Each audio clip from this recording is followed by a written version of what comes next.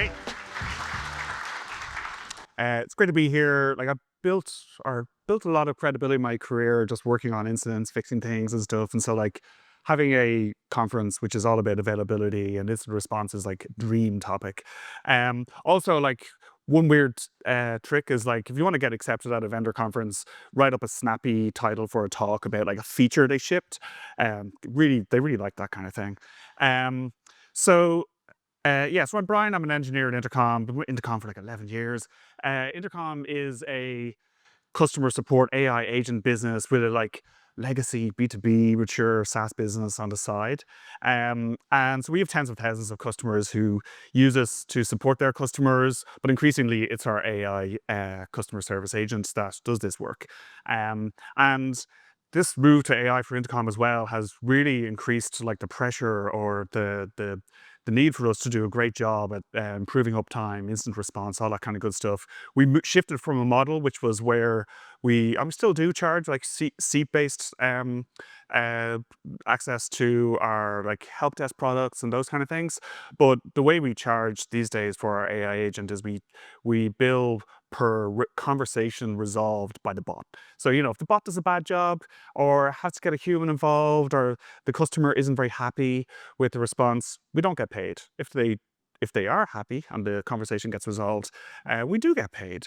And so this means we've kind of shifted to almost more like a retail or like a finance kind of style setup of where you know, our uptime is directly related to our reliability or to our revenue.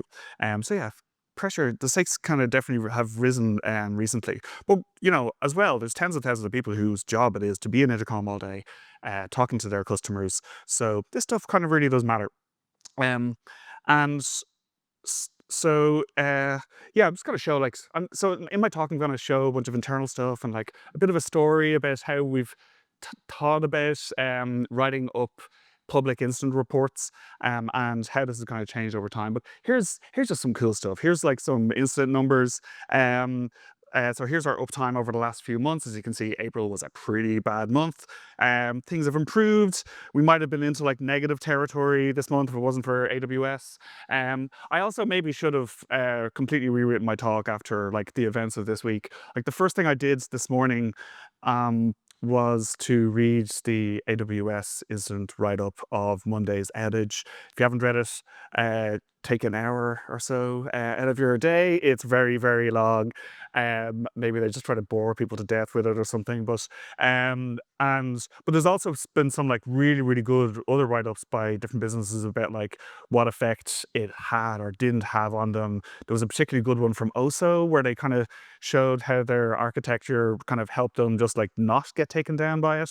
The likes of Honeycomb and others have kind of written up some really good reports as well. So could have just thrown out all this content and just talked about all of the cool instant write-ups that have been published over the last few days on the internet.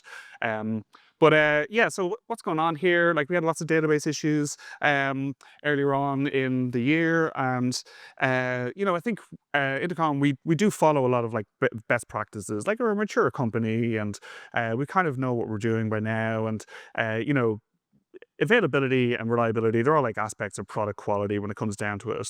And like you can decide to whether like how much to invest in these things and like but your culture will lead kind of any kind of strategy or process or technical tool. And so being really dedicated and committed to this stuff means doing this for a long amount of time, taking it seriously. You know, things like work in areas such as availability or improvements in process and that needs to show up in things like promotion packets and like be praised by leaders and all that kind of these things. And I think like it's one part of quality. There's also design, system design, architecture design. All of this stuff kind of works together and comes out in your availability numbers, but mostly your customer satisfaction and confidence in you. And uh, so like we're far from perfect. I think that's okay. Like we make some reasonable trade-offs, though, you know, I don't really want these databases issues. And the hard part of being good at something is like knowing all the stuff, like being constantly aware of all the problems that you have. So I'm gonna go through like three kind of areas to kind of look into why we've published, why I've spent all my time writing up incident reports publicly, and we'll go through like these kind of areas as ways to kind of look at these, and it's like why bother? We have limited time. Uh, no one pays you for your incident reports. So why, as a company, would you not just, give generic responses? Yeah, we're sorry for going down, blah blah blah. Um, but I do think they're important. So I benefited a lot from reading like other people's, but I'm gonna first start off with like a side story. I'll come back to this stuff. So as part of Intercom's journey, like when I joined Intercom, it was like a lot smaller company. We're selling to other startups, and we went on this kind of classic journey of like moving up market, and we kept on selling to bigger and bigger companies, and we were like real product founders, product background. But we started getting like addicted to like big sales and having like lots of salespeople and selling to bigger companies and this kind of stuff. And but like when I started off, like many years ago, we one thing that worked well for Intercom when we were a lot smaller was like blogging and like just dumping on our blog. Like one of our founders in particular, Des, he's very good at like writing up the stuff that was happening inside of Intercom and just throwing on the blog. And like that's content. It gets people onto your site. It gets you leads, kind of. But also it builds confidence. Like people know who you are. They know how you think about things. And often when you're buying a tool, if you're like choosing between vendors or whatever, it's not like who's got the most features. I mean, that's one way of buying things, but a lot of the time it's like who's got the best vision, who's thinking about this the right way, are they building for me? And this kind of content, kind of getting it out there, can build this kind of customer trust. And so I started doing this as well not long after I joined Intercom. We had availability problems. We had like a lot of product market fit around the time I joined, and like this is a curse. So we had this huge growth, and we were building features not like so that they would be reliable. We were building features because we wanted to build the best features and get them into our customers' hands. And we were going through a lot of extreme growth at the time. And that just put like things like our databases under a lot of pressure. And we had to do a lot of work. And one of the strategies though was like to kind of keep our customers on board and let them know what was going on was like just writing blog posts. So we started doing kind of like what GitHub are pretty good at, is like writing periodic blog posts about all of the kind of systems or infrastructure improvements you've made, and as well as like writing up individual outage reports for some of the incidents. And um, this seemed to go down well, and like I got like good feedback. People seem to like the knowing what's going on behind the scenes, and especially when you're like selling to smaller companies, they're all kind of looking at Intercom and like happy to kind of read the content. And like I remember one time I wrote up an incident report, and it was a kind of classic MySQL problem where we sent like we dumped a load more data into a particular table. The query plan completely changed, and the latency went through the roof. And we took measures to kind of fix it. And then one of our customers like reached out to me going like, "Hey, have you tried this setting? This took us down recently enough." So that was like, oh, people are actually reading this, and it was like useful, and it felt like uh, uh, valuable. But over time, as we kept on moving up market and things were becoming more sales driven and that kind of thing, we started thinking about how we could have like things like packaging up things like outage reports and RCAs and all this as part of like premium support packages, and putting in place like high touch customer support and customer service, or what's customer success, like that, doing all of these things like well suited to selling to like larger enterprises and stuff like that. And we ended up accidentally monetizing outage reports, as in it was part of a package. You could like, as a customer, you could request via your salesperson, like if there was some outage or some bug or whatever, you could ask like, hey, could we write up what happened? And then the sales person would like get in contact with us, probably some Slack process, whatever. And we'd write it up, and we even like mimicked what say Amazon do when we do this to Amazon, and like encrypt a PDF, and then we send it to the customer. And it was just like a lot of process and a lot of stuff, and it was like the right thing to do at the time. Like these were all completely rational kind of decisions, and we're in an environment of where this kind of made sense with the way we were framing these like premium support packages and stuff like that. Um, but it didn't feel great, you know. It was we certainly weren't getting them out fast because of all of this like process and all of this like bureaucracy that we kind of inserted. Um, and then when Intercom went through like a big transition a few years ago, where we kind of shifted back to being more of a product company, more kind of product thinking, and more kind of custom as like the core of the company, and being more customer focused. To be honest, we kind of threw it out and just started like we didn't stop publishing RCAs. We just didn't do didn't follow the process, or stopped following the process of having to like customers ask for them and then we send them like a week later or whatever. It's like we can actually do way better at this. We can just on the day of the outage or like ASAP um, publish it online like we used to on our instant.io status page. And when a customer comes asking, we just point them there and just let everyone know, hey, we've just published the RCA, you know. So you get it out fast, you get it out without all of the kind of friction and overhead, and you make it just available to all of your customers. So you get way more benefit for the time and effort you spend into actually writing up the stuff. Um, and so, yeah, I call this like an experiment. Like, let's just try this other process. That's a lot easier. And like, but speed, I think, was an important part of this. I think it's being able to get something up fast kind of shows you're on top of your game. And I think other vendors are pretty good at this stuff as well. And so, yeah, top tip, like, just do not monetize headed reports. So, but coming back to like why these are important or what I enjoy or where I spend my time in these things. So, you know, community, I think like here's a good community of people who are into availability. I'm kind of on home territory here. But like why would you bother with this stuff? I think like I've learned a lot from reading write-ups from other companies. And there's good people, like there's people who like reflect on these things on the internet.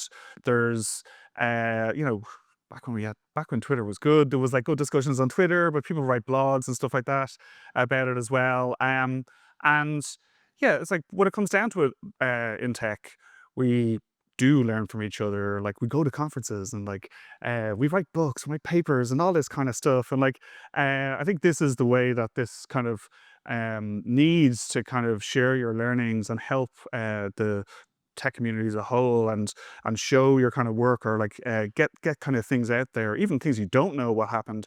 I think this like goes into this way of kind of working and kind of raising all boats, rather than just kind of only kind of sharing these things internally. And you know, it gives more eyes on things. I think like by looking and paying attention to other companies' outages and stuff, you can kind of see some stuff that might be coming down the line for you, or just get different perspectives and understand like what sort of, you know, socio-technical problems are kind of impacting different environments that will cause issues and cause downtime. And you know, it's like I've just habitually read these things, try and find them when on the internet, and just like engaging in different communities that take interest in this stuff. So personally for me, I think it's benefited me a lot in my career, in my understanding of what to do in these things, and also like the giving back kind of feels good as well. Um, and yeah, like yeah, ironically, I'm going to reference an AWS right up here. Uh, I've always loved this one. It's from like 2008. S3 completely melted down. It was due to like a single bit flipping on their gossip protocol, which is like their backend service discovery thing that was there in place at the time. But I really love the sentence at the end. It's like, we know that any downtime is unacceptable, and we won't be satisfied until performance is statistically indistinguishable from perfect. It's like, that's an SLO. Uh, I think the criticism here I give is like the Amazon S3 team. I think these things are actually better published by people, or like having like almost like a paper. Like just say who wrote it, and you know, take personal responsibility for them or whatever. I don't do that enough myself. I probably should kind of like say add my name to more of these things that I publish, but I think they're better off from people. But, I think this was a good write-up. Recommend looking it up. Um, uh, there's a really good resource, Stan Liu. He's given some of the best talks I've ever seen. He's got this GitHub repository, which is like list of categorized outages. You can spend a month just reading all these and kind of looking into them. Also, it's just a GitHub repo. Feed into it, like do contribute. So like this is just a good resource, and if you're looking for kind of classes of write-ups or looking for interesting parallels, whatever, really good place to start. And then there's like some really good blogs. Lauren, he has a really good blog which kind of goes through themes and things he picks out of different outage reports. Like he's way better, way more depth in this kind of stuff than I do. Like proper like mix of academic and technical approach to these things, and but also like pulls together the themes very well, and like shows how like different companies are doing. So yeah, there's good stuff out there. It's harder to find these days, but like it's good. And like Lauren like posted on Twitter and Blue Sky this morning, just like read the AWS thing. It's great. Copy Construct on Twitter also. I didn't mention her in my slides, but her Twitter account is a spectacular source of in-depth analysis of outage reports. So lots of good stuff out there. You all probably all know this. Anyway, so anything else on this? Yeah, like I said, we're practitioners. We're all working together to kind of make the world a better place and technology. So community is kind of an aspect of this. But also I think having high standards, if you actually write something up publicly, that kind of forces you to do a good job about it. And it's almost like a flex. Being happy to spill the beans of what's going on behind in the sausage factory means that like you can actually publish something credible. You might even put your name to it. You understand things well enough to be able to like say publicly what happened, and you're willing to kind of share this not just with customers but also publicly. And so I think it forces higher standards. It makes you reflect on things. It certainly does focus the mind. I know like I regularly show up to like chats with customers about things that broke, and it really does focus the mind when you're talking to a customer. They're telling you the impact. You're like, I'm gonna take this stuff more seriously in future, So it's a very motivating thing if you know you're going to be publishing this stuff public or talking to customers.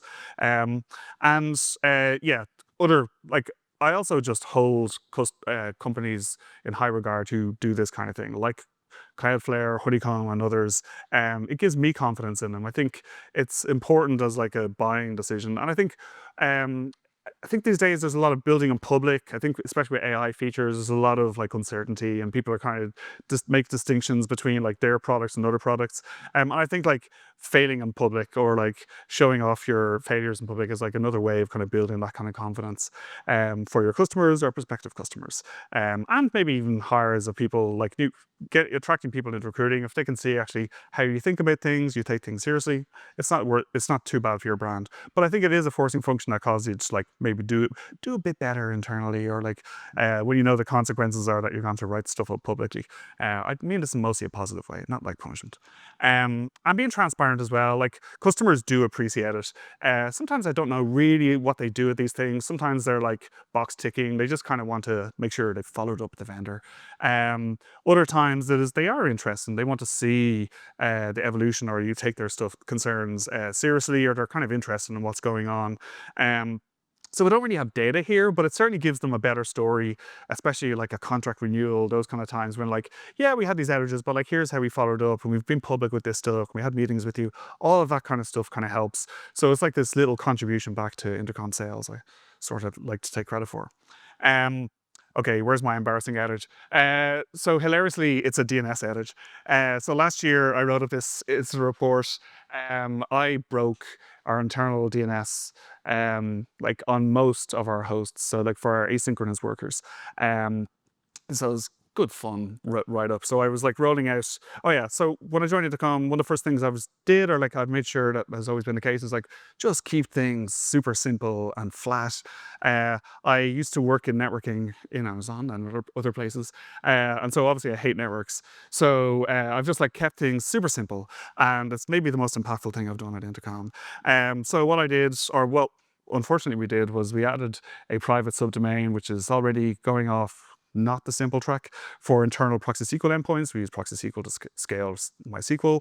And we had this like low level failures of DNS resolution on our hosts in EC2. EC2 hosts can only do 1,024 DNS lookups per second, which sounds like a lot, but like on gigantic hosts, it's not many. So I rolled out a caching DNS resolver. This is all pretty uncontroversial. Turns out we had slightly different security groups for web servers versus async workers, and I did all my checks on web servers. And then there was like a weird behavior in Unbound. You tell Unbound, like, forward all your queries to this endpoint, but the way that internet resolution worked meant that at startup, it just kind of ignored that and just dropped our internal records on the ground. So couldn't resolve the private domain. Workers couldn't talk to our MySQL servers when our new AMI went out, and took out all of our async workers in the middle of the night when we were doing our AMI rollout. I got paged into this. I got the thing for instant.io, and it said like all workers down in US East 1. And when I was walking, like this was like 3 or 4 in the morning, when I was walking down the stairs, I was like, I wonder if this has anything to do with the DNS thing I did. So I'd already diagnosed it. I got there like, yeah, just roll back. So like, yeah, it was DNS. It's always DNS. Hilariously topical. Happened to use this one. Also very topical this week. Didn't stick to keeping things simple. Let this kind of complexity get in. And we kind of knew about this exact type of outage, and we had tools and health checks and all this kind of stuff. None of them worked. And yeah, a lot of the stuff that we designed specifically to catch these things just failed. So yeah, but so that's my embarrassing story. So publishing public though forces you to really own your availability, and I think customers do appreciate it. The community appreciate it. I appreciate it. So I recommend doing it if you can. Take advantage of those beautiful features in Instant.io. Thank you.